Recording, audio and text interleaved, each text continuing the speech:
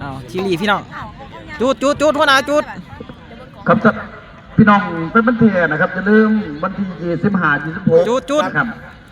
เมษายนนะครับขอให้พี่น้องไปเอาบุญบรรทัดลุมตำบลสาธาอำเภอเขื่อนในเฮ้านะครับ25 26นะครับล้วนแล้วแต่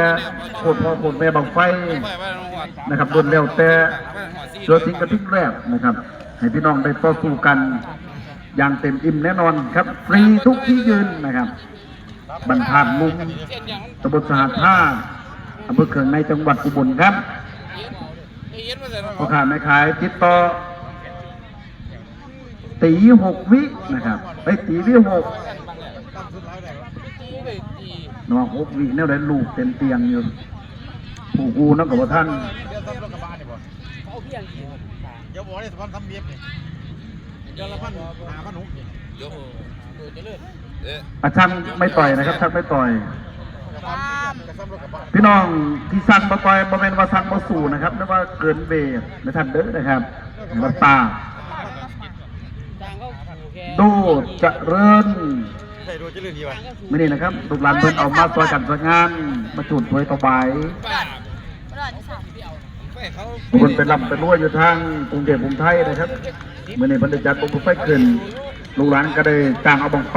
ดีๆนะครับมาจุดถวายเพื่อให้เกิดบารมีกับครอบครัวนะครับอยู่ดีมีสุขนะครับต่อได้ถามต่อได้มึงเอาอย่างได้บ่ไฟพันจะบัง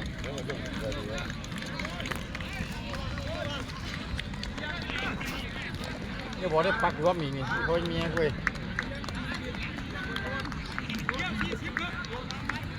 เพียง40มา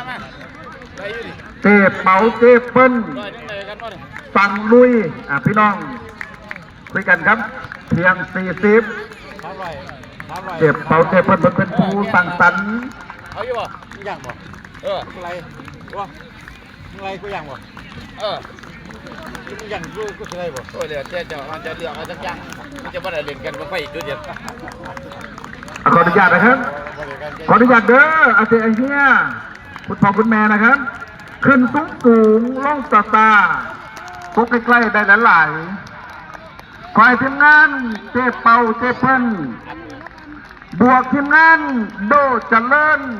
จงโชคดี3-2-1ป้า